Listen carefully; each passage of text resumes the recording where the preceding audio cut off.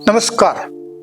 मी प्राध्यापक doctor Shahajirao Deshmukh, retired professor, पदव्युत्तर विभाग, शिवाजी विद्यापीठ, कोल्हापूर. मित्र, आज मी तुम्हाला एक नवीन कन्सेप्ट सांगणार आहे की ती आम्हाला सगळ्यांनाच माहिती आहे, आणि ती म्हणजे प्रारब्ध. प्रारब्ध या शब्दाला नशीब हा दुसरा पर्यायी शब्द वापरला जातो, पण प्रत्यक्षात नशीब आणि प्रारब्ध हे वेगवेगळं आहे. नशीब आपल्या हातात नसतं, मात्र प्रारब्ध आपल्या हातात असतो.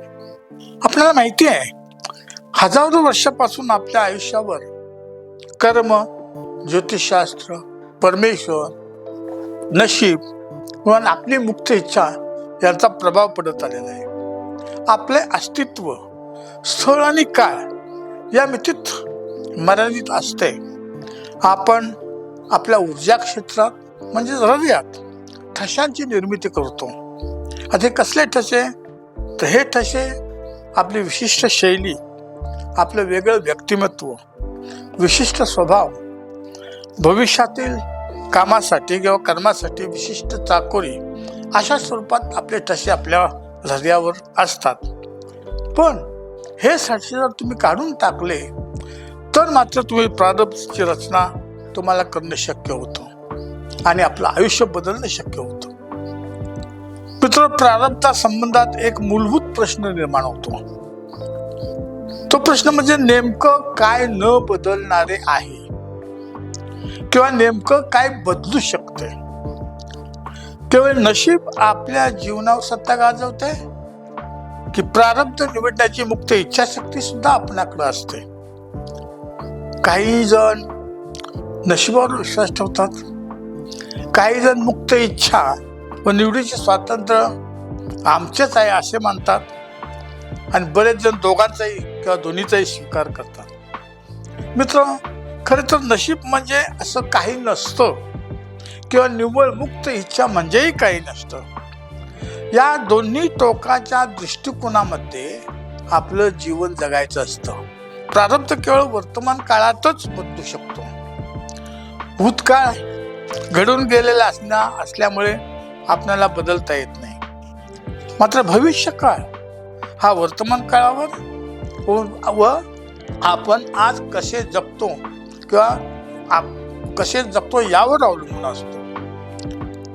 वर्तमान काळातील प्रत्येक क्षण आपण भविष्यातील प्रारब्धची रचना करण्यासाठी उपयुक्त किंवा वापर करू शकतो. आपण आपल्या दैनंदिन विचारातून किंवा इच्छातून किंवा आकर्षणातून किंवा तिटकार्यातून किंवा आवडीनिवडीतून आपण आपल्या प्रारब्धाची निर्मिती करत असतो.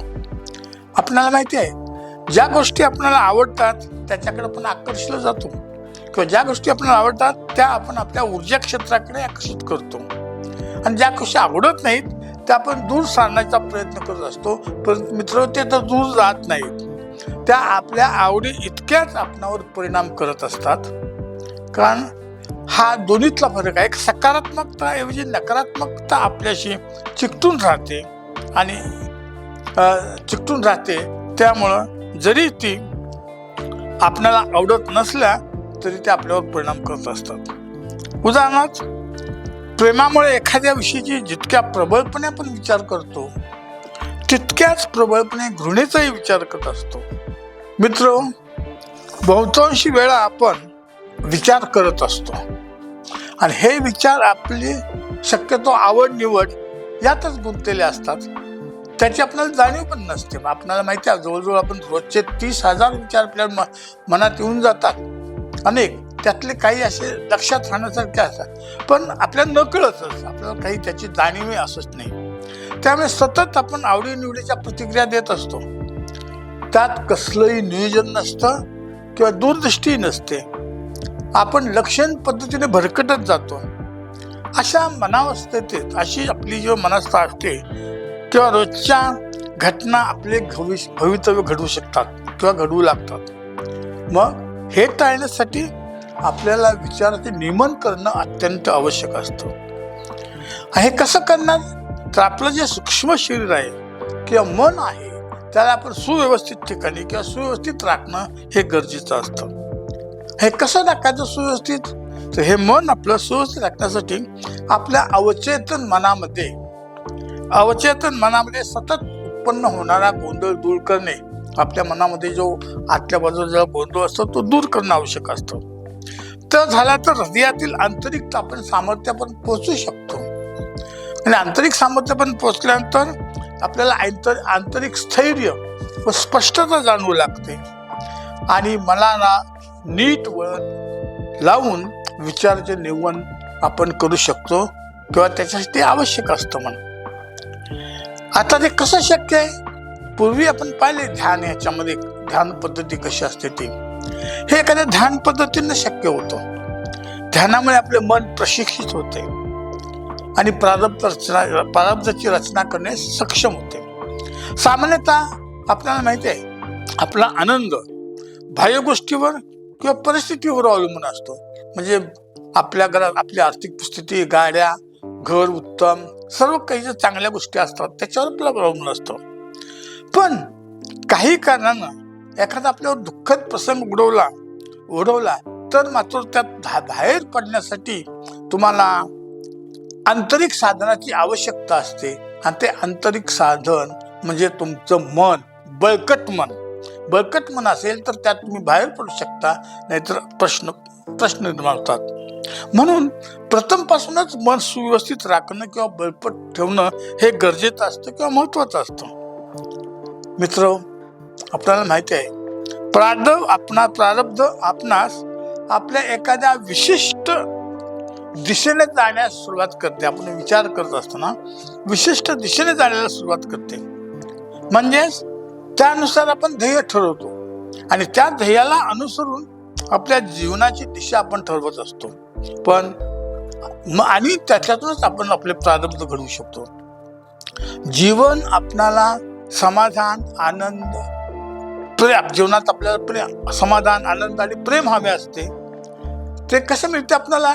ते आपले जर नातेसंबंध चांगले असतील, सुंदर असतील, आपले कौटुंबिक जीवन जर आनंदी असेल किंवा चांगला मित्र परिवार असेल किंवा आर्थिक स्थिती आपली चांगली असेल तर मात्र तुम्हाला हे आनंद, समाधान, प्रेम मिळू शकतो. पण तुम्हाला जीवनात जर शांती आणि स्थैर्य नसेल तर आपणास अपेक्षित आनंद असा मिळत नाही.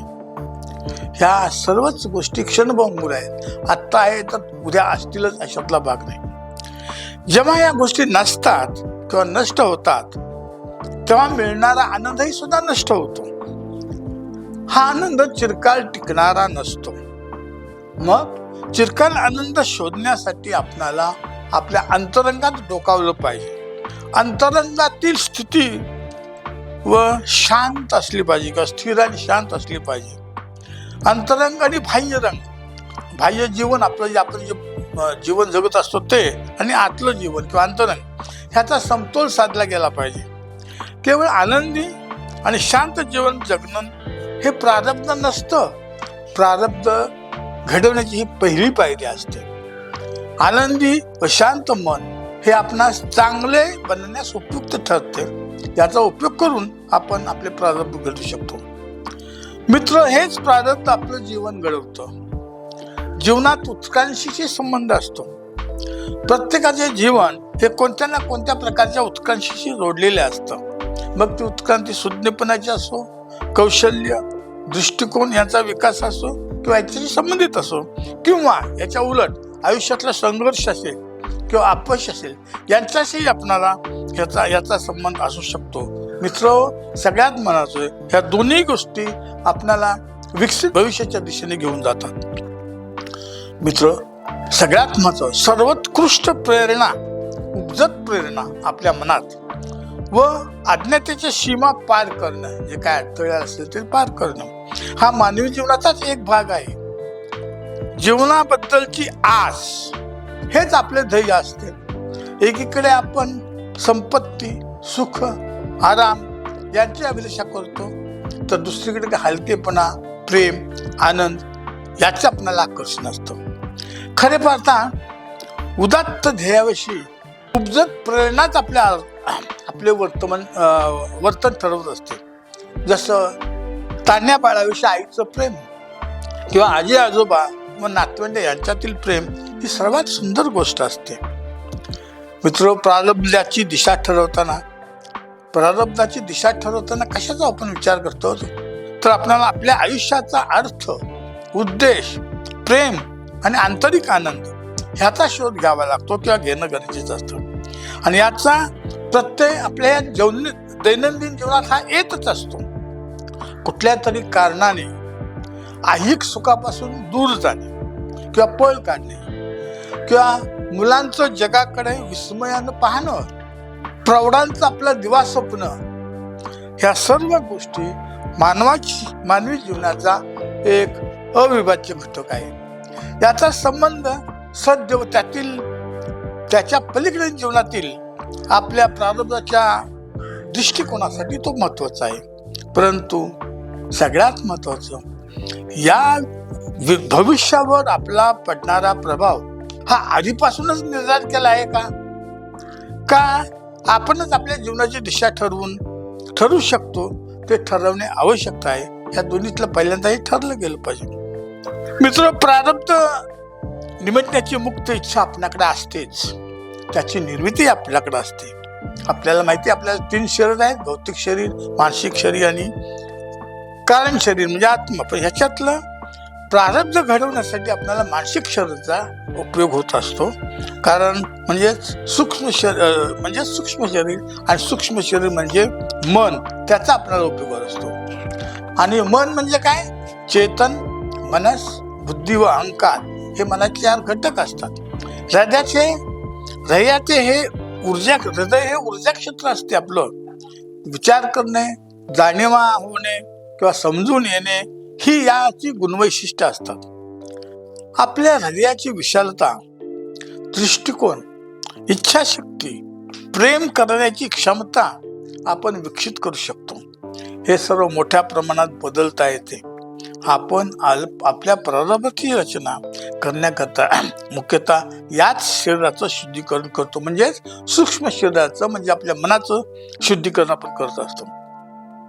हे मनाचं किंवा आपलं रूपांतरण कुठं होत असतं, तर मनामध्येच किंवा सूक्ष्म शरीरामध्ये होत असतं. आणि ह्याचाच आपल्याला प्रारब्ध घडवण्यासाठी सहभाग असतो. आपलं शरीर म्हणजेच आपलं प्रारब्ध हे सूक्ष्म शरीर आणि त्याचे शुद्धीकरण, सूक्ष्म शरीर व त्याचे शुद्धीकरण यांच्याशी संबंधित असते. यात सूक्ष्म शरीरातील गुंतागुंत व अशुद्धता काढली जाते. म्हणजेच काय करतो, मनस, बुद्धी व अहंकार हे जे मनाचे 3 इतर घटक आहेत हे शुद्ध करणं आवश्यक असतं. कारण त्यांचे अस्तित्व चेतनेचंच असतं. त्यामुळेच उत्क्रांती होत असते. आपल्या संरचनेत म्हणजे स्ट्रक्चरमध्ये सर्व चक्र विशुद्ध व जागृत होतात. 1, 2, 3, 4, 5, 6, 7, 8, 9, 10, 11 ही 13 जी चक्र आहेत ही काय होतात, शुद्ध होतात, जागृत होतात. आणि त्याच्यामुळे चेतनेचा विकास होतो. हे आपल्या प्रारब्धाची रचना होत असते. प्रारब्धाचं एक वैशिष्ट्य असतं म्हणजे ते सहउत्क्रांतीनं घडत असतं. कारण आपण सर्वजण एकमेकाशी जोडलेला असतो. परंतु प्रथम आपण एक व्यक्ती म्हणून उत्क्रांत होणं त्याच्यासाठी फार अत्यावश्यक असतं. तरच सहउत्क्रांती होत असते. काही बाह्य कारणातून, बाह्य माध्यमातून आपण प्रारब्ध घडवत असतात. म्हणजे राजकारण, समाजकारण किंवा लोककरण ह्याच्यातूनही काही लोक आपलं प्रारब्ध घडवत असतात. परंतु मानवतेचे प्रारब्ध घडवण्याकरता प्रथम आपण वैयक्तिक प्रारब्धाची जडण घेतली पाहिजे, हे मात्र विसरून चालणार नाही. आणि नंतर आपण त्यात सगळ्यांना समाविष्ट केलं पाहिजे. प्रारब्ध घडवण्याच्या प्रक्रियेची सुरुवात अभ्यासाने होते. त्यामुळे आपले काय होतं, मनाचं शुद्धीकरण होतं. मनाच्या शुद्धीकरण यालाच आपण ध्यान साधना किंवा आध्यात्मिक साधना म्हणतो. त्यामुळेच आपला आंतरिक बदल होतो. हा बदल चिरकाल टिकणारा असतो. तो दैनंदिन जीवनात प्रतिबिंबित होतो. त्यामुळे आपण सकारात्मक बदल आपल्यात घडून येतो आणि आपले बाह्य आचरण आणि आंतरिक रूपांतरण यामध्ये सुसंगती मिळते. हीच आपली जीवनशैली बनते. मित्र ही जीवनशैलीच आपलं प्रारब्ध घडवत असतं. अभ्यास आणि जीवनशैलीत सतत होणारे बदल यामुळे आपल्या व्यक्तिमत्वाचे शुद्धीकरण होत असते. आणि यालाच आपण आध्यात्मिक यात्रा म्हणत असतो. आपण किंवा आपला प्रत्येक विचार आणि प्रत्येक कृती या यात्रेमध्ये सहभागी होत असतात. त्यामुळे आपल्या चेतनेचा विस्तार होत असतो आणि ती सूक्ष्मतर होत जाते आणि त्यामुळेच आपले प्रारब्ध घडवायची क्षमता नैसर्गिक व सहज बनते. मित्र, प्रारब्ध आणि मानवी मन, आपलं मन ह्याचा फार जवळचा संबंध असतो. मानवी मन हे 3 विभागात किंवा विभागले आपल्याला माहिती आहे. हृदय क्षेत्र, मनस क्षेत्र आणि केंद्रीय क्षेत्र. हृदय क्षेत्रात आपण आपल्या भौतिक जीवनाचा किंवा भौतिक जीवनातील चेतनेचा अंतर्भाव असतो आपल्या हृदय क्षेत्रात. मन क्षेत्र हे सूक्ष्म क्षमतेचे क्षेत्र असते की जे चेतनेला आधार देतं.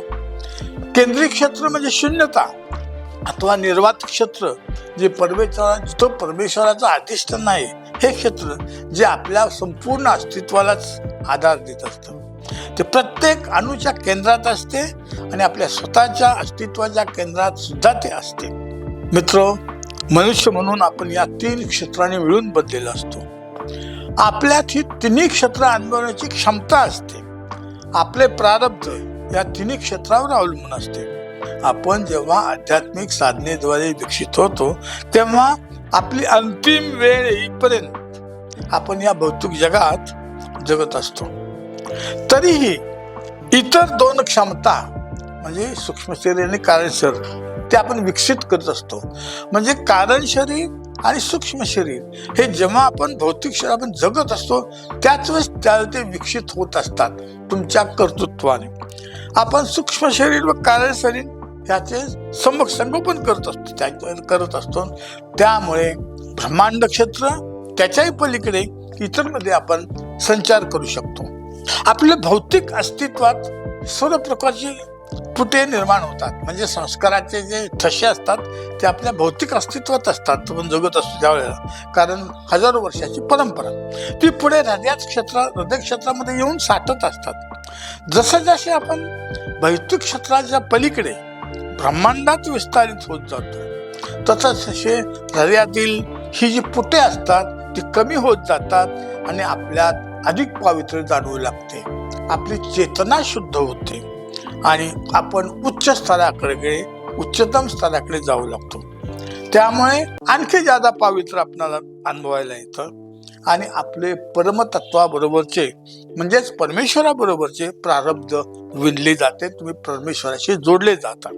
आपली ही मानवी स्तरावरील सलगता प्रस्थापित होते तेव्हा आपणाला आणखी पावित्र्य जाणवले जाते आणि आपली जीवनशैली जी रोजची असते ती सूक्ष्मतराशी जुळते आणि आपण आपल्या निर्मात्याशी म्हणजे परमेश्वराशी निगडीत आपले प्रारब्ध घडवत असतो. मित्र, परमतत्वाबरोबर म्हणजेच परमेश्वराबरोबर आपले प्रारब्ध जोडण्यासाठी आपल्या आंतरिक गुणाचा विकास फार आवश्यक असतो. त्यामुळे आपण पुढे यात्रेसाठी म्हणजे मृत्यूनंतर तयार होतो. मृत्यूनंतर आपण आपलं कारण शरीर आणि सूक्ष्म शरीर इतर मितीत जातात. जसं आपण पंचमभूत तत्वामध्ये पाहतो याची तयारी आपण आजच्या जीवनभरातच करत असतो. स्वर्ग नरक कल्पना आपण जे आहे ना ती याच्यावरच अवलंबून असते. चांगलं कार्य कराल तर तुम्हाला स्वर्ग मिळेल, चांगलं कार्य नसेल वाईट असेल तर तुम्हाला नरक मिळेल. ह्या विषयावरती ही संकल्पना आधारित आहे. आपले आध्यात्मिक प्रारब्ध सूक्ष्म शरीराच्या शुद्धीकरणाशी निगडीत असते आणि सूक्ष्म शरीराभोवती असणारी सर्व प्रकारची पुटे निघणे आवश्यक असते. त्यासाठी म्हणजे जर तुमचं सूक्ष्म शरीर आवरण रहित म्हणजे कसल्याही प्रकारची त्याच्यावर पुटे नसतील तर ते मूल स्रोतात लय पावते म्हणजेच परमेश्वराजवळ तुम्ही जाता किंवा परंतु आवरण असणारे सूक्ष्म शरीर मूल स्रोतात लय पावत नाही. त्यासाठी सूक्ष्म शरीराचे शुद्धीकरण अत्यावश्यक असते. मित्र, परमतत्वात किंवा मूल स्रोतात लय पावण्यासाठी आध्यात्मिक यात्रा ही आपली हृदय क्षेत्र, मन क्षेत्र आणि केंद्रीय क्षेत्रातून जाते. आपल्याला माहितीच आहे. ही यात्रा आपणास 13 बिंदूमध्ये नेते किंवा चक्रातून नेते. 13 बिंदूमधील किंवा 13 चक्रामधील ही यात्रा कधीच पूर्ण होत नाही. पहिल्या बिंदूपासून 13 बिंदूपर्यंत जाण्याची यात्रा म्हणजेच आपली आध्यात्मिक उत्क्रांती होय. आपण अनंत विस्तार असलेल्या आंतरिक ब्रह्मांडातून प्रवास करतो. प्रत्येक चक्र म्हणजे बिंदू म्हणजे या ब्रह्मांडातली एक वेगळीच आकाशगंगा असते. जेव्हा आपण एका आकाशगंगेतून पुढच्या आकाशगंगेकडे जातो तेव्हा आपल्या मनावर भार निर्माण होतो, आपल्यात अस्थिरता जाणवते. आंतरिक चेतनेचा स्तर किंवा पटल जो असतो तो मोठ्या प्रमाणात बदलतो. याचाच अर्थ आपण पुढे जात आहोत. पुढच्या प्रत्येक चक्रावरील अनुभूती अधिक सुंदर होत जाते, स्पष्टता वाढते, सूक्ष्मता वाढते आणि हे आपणास प्रारब्ध घडवण्यासाठी उपयुक्त ठरते. मित्रो, सगळ्यात महत्वाचा मुद्दा कंपनशील अनुरूपता. कंपनशील अनुरूपता ही अतिशय सूक्ष्म संकल्पना आहे. प्रारब्ध घडवण्यासाठी याची फार महत्वाची भूमिका असते. आपण वैयक्तिक आपल्या कुटुंबाचा विचार करतो. आपण आपल्या कुटुंबात सामंजस्य व एकोपा राखण्यासाठी कंपनशील अनुरूपतेची गरज असते. म्हणजेच आपण अनेक वर्षाच्या सहवासानंतर पत्नी मुले यांच्याशी जुळवून घेतो. आपणाला एकमेकांची सवय होते. त्यासाठी आपल्यातील ही कंपनशीलता फार महत्वाची असते आणि या क्षमतेलाच भावनिक बुद्ध्यांक म्हणतात. परंतु याच्यावर शाळा, कॉलेज किंवा इतर व्यवसायातील भागीदारी असेल, यासाठी मात्र आपला कंपनशीलतेचा स्तर उच्च दर्जाचा असावा लागतो. कारण मतैक्य नसताना सुद्धा आपण इतरांशी जुळवून घेतो, त्यांना आपण स्वीकारतो. याला सामाजिक बुद्ध्यांक असं म्हटलं जातं. ही कंपनशील अनुरूपता आध्यात्मिक आधाराने साधनाने वृद्धिंगत होते. आध्यात्मिक साधनेने चेतनेचा विस्तार होतो आणि आपली कंपनशीलता ब्रह्मांडातील प्रत्येक गोष्टीशी व प्रत्येकाशी ऐक्य साधते व आपले प्रारब्ध घडवण्यास ते उपयुक्त ठरते. मित्र, शेवटी तुम्ही तुमचे आयुष्य कसे जगता, सगळ्यात महत्वाचा निष्कर्ष हा महत्वाचा. तुम्ही तुमचं आयुष्य तुम्ही कसे जगता यातच रस घेणे महत्वाचे असते. कारण प्रारब्ध हेच आहे. संयम, एकचित्तता, उत्साह हेच आपल्या प्रारब्धची रचना करण्यासाठी योग्य ते कंपनी स्तर निर्माण करण्यास उपयुक्त ठरतात. नमस्कार. आपणाला आवडत असेल ते लाईक करा, सबस्क्राईब करा आणि काही शंका असतील तुम्ही माझ्यापर्यंत पोहोचवा. नमस्कार.